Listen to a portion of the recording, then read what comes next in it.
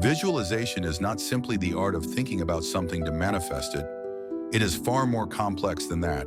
So, subscribe to the channel if you haven't already, and let's begin. Numbers and mathematical formulas are found everywhere, in every corner of the observable universe and beyond. Symmetry, the golden ratio, geometric structures, and even life forms follow mathematical principles. Upon this mathematical foundation rests physics, the science that uses mathematics to describe how the universe functions. Chemistry is everywhere, in the air we breathe, the water we drink, the food we consume, and at the very core of our being. At the top of this pyramid lies our world, the human world, shaped by mathematics, physics, chemistry, and biology. The microcosm and the macrocosm, the world of the infinitely small and the world of the infinitely large, are both connected, one influencing the other and vice versa. Similarly, we understand that our thoughts are not mere thoughts but something concrete. Every thought is the result of an electrochemical symphony where billions of neurons communicate via synapses. This brain activity is measurable through various neuroscientific techniques, such as electroencephalography, EEG, which captures electrical activity, illustrating the vibrational nature of thought processes on a microscopic scale. We find this principle in the writings of philosophers from ancient Greece and ancient Egypt, who explain it through the principle of the law of vibration, explaining that everything in the universe vibrates, from atoms to galaxies. Scientifically, thoughts can alter our internal state, influence our health, and even transform our perception of external reality, highlighting a profound link between the inner world of thought and the outer universe in which we live. Cymatics, the study of visual patterns produced by sound vibrations on physical materials, offers a fascinating analogy. Just as sound frequencies can organize particles into complex patterns, our thoughts, as a form of vibrational frequency, have the potential to organize our reality in meaningful ways. This principle underscores the importance of consciously cultivating thoughts aligned with our highest aspirations. Recognizing the power of thoughts is crucial, but without action, they remain unfinished dreams. Action is the bridge between the world of possibilities inhabited by our thoughts and visualizations and the tangible world of reality. Every step we take toward our goals serves to materialize the aspirations nurtured in our minds.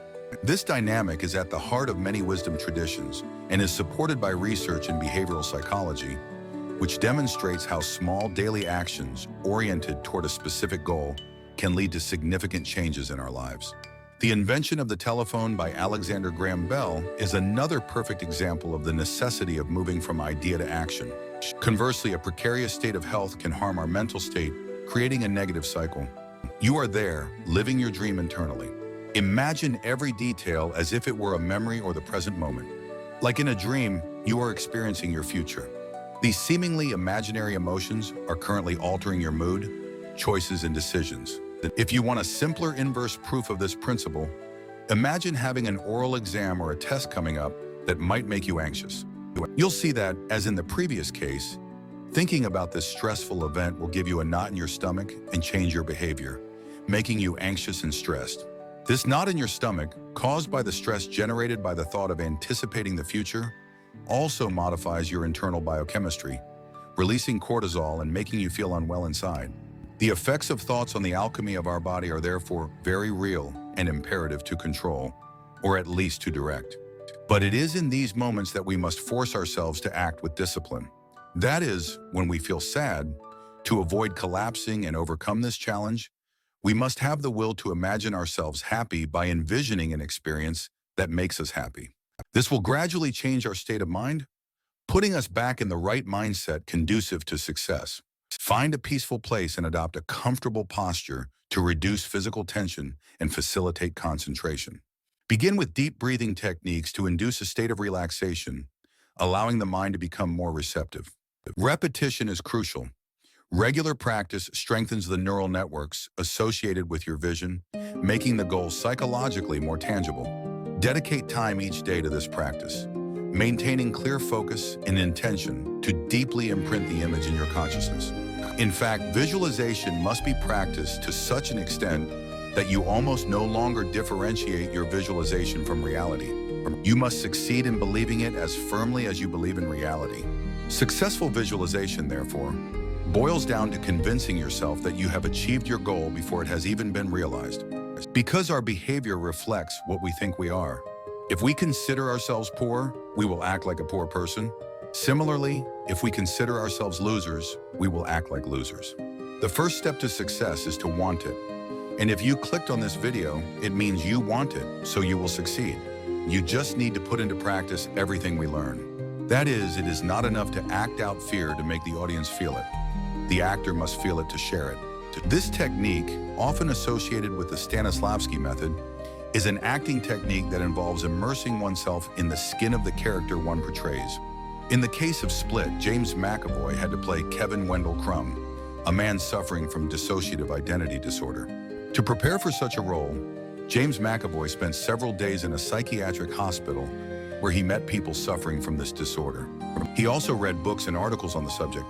What's interesting is that in daily life, for visualization to materialize, the principle is the same. You must immerse yourself in the character you want to become. Read books. Watch interviews of people who have already achieved your goal. Surround yourself with people who have a similar objective. Work on your visualization and align your actions with all of this. And you will see that, little by little, day by day, your mindset will change, your actions too, and your life will begin to transform.